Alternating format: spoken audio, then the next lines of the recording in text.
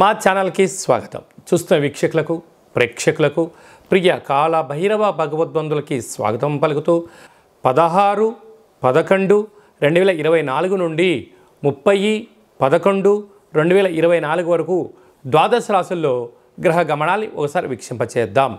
వృషభ రాశిలో గురుచంద్రుల కళయిక గజకేసరి యోగంతో ప్రారంభమవడం, కర్కాటక రాశిలో కుజ భగవానుడు నీచభంగ సంచార స్థితి, కన్యరాశిలో కేతు సంచార స్థితి, వృశ్చిక రాశిలో రవి బుధ సంచార స్థితి, బుధాదిత్య రాజయోగము, ధనుసు రాశిలో శుక్ర భగవానుడు సంచార స్థితి, కుంభరాశిలో శని భగవానుడు వక్రగమన స్వక్షేత్ర సంచార స్థితి, మీనరాశిలో రాహు సంచార స్థితితో ద్వాదశ రాశుల్లో గ్రహ గమనాలు ఈ విధంగా ఉన్నాయి.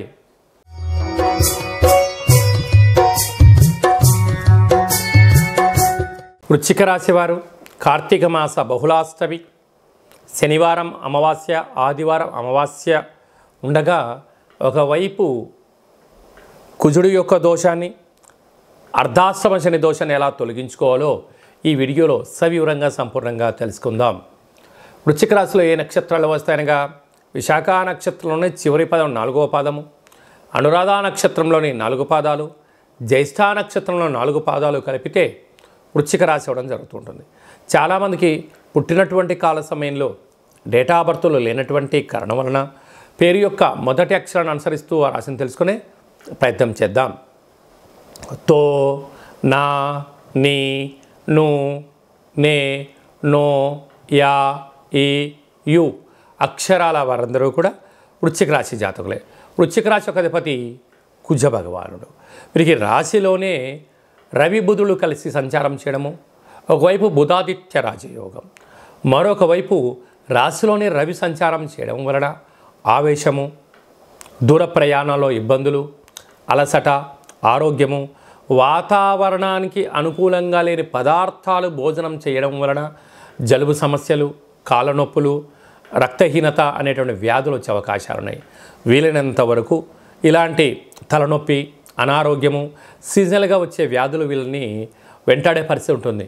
కనుక ఇలాంటి కాల సమయంలోనే సూర్య నమస్కారం, సూర్య ఆసనాలు, వీలైనంత వరకు అర్ఘ్యాన్ని వదిలేయడం వలన సంపూర్ణ సూర్య భగవాన్ యొక్క ఆశీస్సులు కలిగి డి విటమిన్ శక్తి కలిగి బుద్ధి, జ్ఞానము, దేహము, ఆరోగ్య పరిస్థితి ఉండడానికి చాలా అవకాశం ఉంటుందని చెప్పి గమనించాలి. ప్రభుత్వ ఉద్యోగ ప్రయత్నం చేసేవారు పరీక్షలకు సిద్ధమవ్వడం, ఉద్యోగ ప్రయత్నంలో గట్టి ప్రయత్నం చేయడము, అలాగే మంచి సక్సెస్ అయిన వారి యొక్క సలహాలు సూచనలు పాటించడం వలన మీకు కూడా అలాంటి యోగం కలుగుతుందని చెప్పి గమనించాలి. 2వ స్థానంలో శుక్రుడు సంచారం చేయడం వలన వస్తువులు అంటే ల్యాప్టాప్లు, ఫోన్లు, బంగారు ఆభరణాలు, నూతన వస్త్రాలు, క్రయాలు, విక్రయాలు అంటే నూతన వస్తు లాభం ఈ వృశ్చిక రాశి వారికి ఉందని చెప్పి గమనించాలి. అర్ధాష్టమ శని యొక్క ప్రభావం కారణం వలన చిన్న విషయాలకు ఆందోళన, ఎవరో ఏదో అంటున్నారని, లేకుంటే భ్రమలో జీవనాన్ని పొందడమో, లేకుంటే అభద్రతాభావంగా ఉండే పరిస్థితి అధికంగా ఉంటుంది. వీలైనంత వరకు ధర్మంగా ఉండండి, ఆరోగ్యాన్ని కాపాడుకోండి, నోటిని జాగ్రత్తగా పెట్టుకోండి, అప్పులు ఇచ్చి పుచ్చుకునే వ్యవహారంలో ఎంతో జాగ్రత్తము. కనుక మీ జన్మ నక్షత్రం రోజున పూర్ణిమ, అష్టమి, అమావాస్య తిథుల యందున దూర వాయు జల ప్రయాణాలు పెట్టుకోవద్దు. జలగండం పొంచి ఉంది, తస్మాత్ జాగ్రత్త. సంతాన స్థానంలో రాహు ఉండడం వలన అటు తల్లిదండ్రులతో ఈ కలిగిన సంతానంతో వీలైనంత వరకు మృదు స్వభావమైనటువంటి చర్చనే పెట్టుకోండి. ఆవేశపడదు అనొద్దు. దీనివల్ల అనర్థం కలిగి కుటుంబానికి దూరమయ్యే పరిస్థితి చాలా అధికంగా ఉంటుందని చెప్పి గమనించాలి.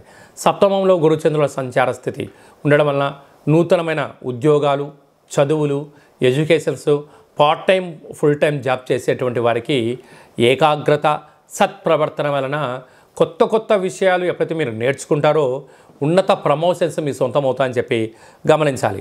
భాగ్యస్థానంలో కుజుడు ఉన్నాడు. కుజుడు నీచబడడం వలన దయచేసి ప్రేమ వివాహాలకు దూరంగా ఉండండి.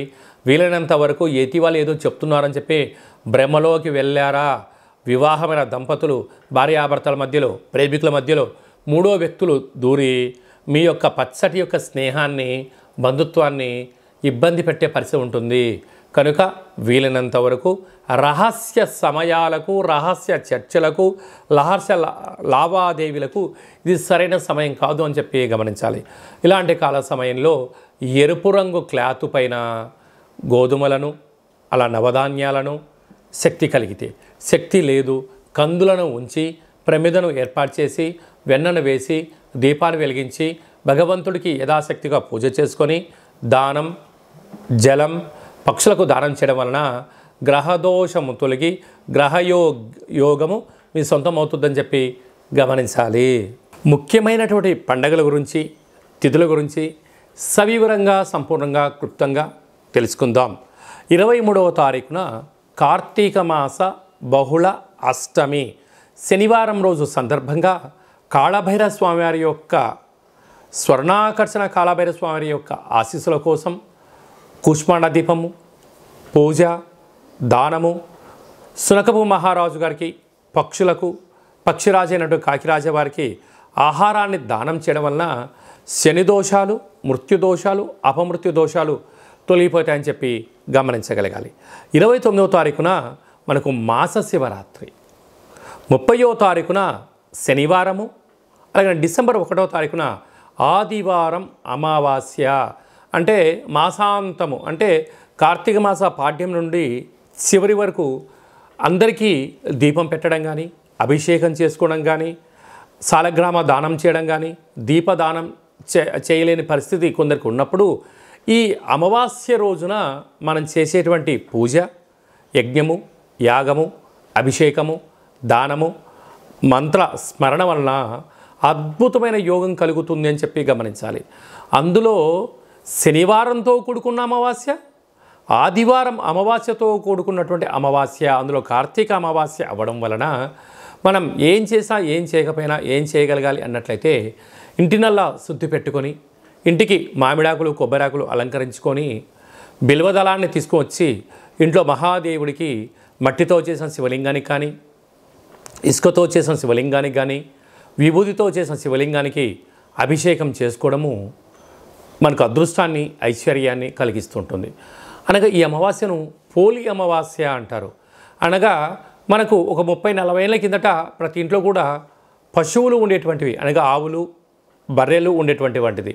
వీలైతే ఆవు వెన్నతో కానీ, లేకుంటే బర్రె పాలు కానీ ఒక 3 రోజుల ముందుగానే రోజు తీసుకొని చక్కగా ఆధ్యాత్మిక చింతన కలిగినటువంటి భక్తి నామస్మరణతో వేడి చేసి తోడు పెట్టి ఆ 3 రోజులు వచ్చేటువంటి ఆ మజ్జిగ పైన వచ్చేటువంటి వెన్నను తీసి మజ్జిగ కవ్వంతో చిలికి వచ్చేటువంటి వెన్నను ఈ అష్టమి రోజు కానీ, ఈ ఆదివారం అమావాస్య రోజు కానీ కొత్త వత్తితో, అంటే కొత్త పత్తితో దీపం పెట్టడం వలన సంపూర్ణమైనటువంటి భగవంతుడి యొక్క ఆశీస్సులు ఉంటాయని చెప్పి గమనించాలి.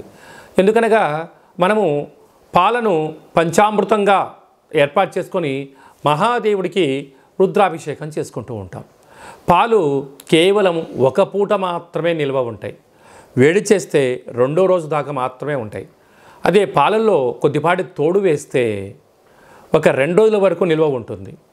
ఆ తోడుపైన వచ్చే మిగడను తీసి చిలికి వెన్న తీసినట్టయితే మాసాంతం వరకు చాలా బాగుంటుంది. అదే వెన్నను వేడి చేస్తే మినిమం ఒక 11 సంవత్సరాలు నిల్వ ఉండడం జరుగుతుందని గమనించాలి. కనుక అలాంటి వెన్నతో దీపం పెట్టడం వలన పుష్కర కాలంలో, అంటే గతంలో 11 ఏళ్ళ నుంచి మనం బాధపడుతున్న వారందరికీ కూడా దోషం తొలగి రాబోయే 12 ఏళ్ళ వరకు ఐశ్వర్యము మన అందరి సొంతమవుతుందని చెప్పి గమనించాలి. కనుక ఈ ఒక్క విధి విధానం పాటిద్దాం, మహాదేవుణ్ణి తృప్తిపరుద్దాం, పోలి అమావాస్య రోజు దీపాన్ని పెడదాం, చేసే ప్రయత్నం చేద్దాం.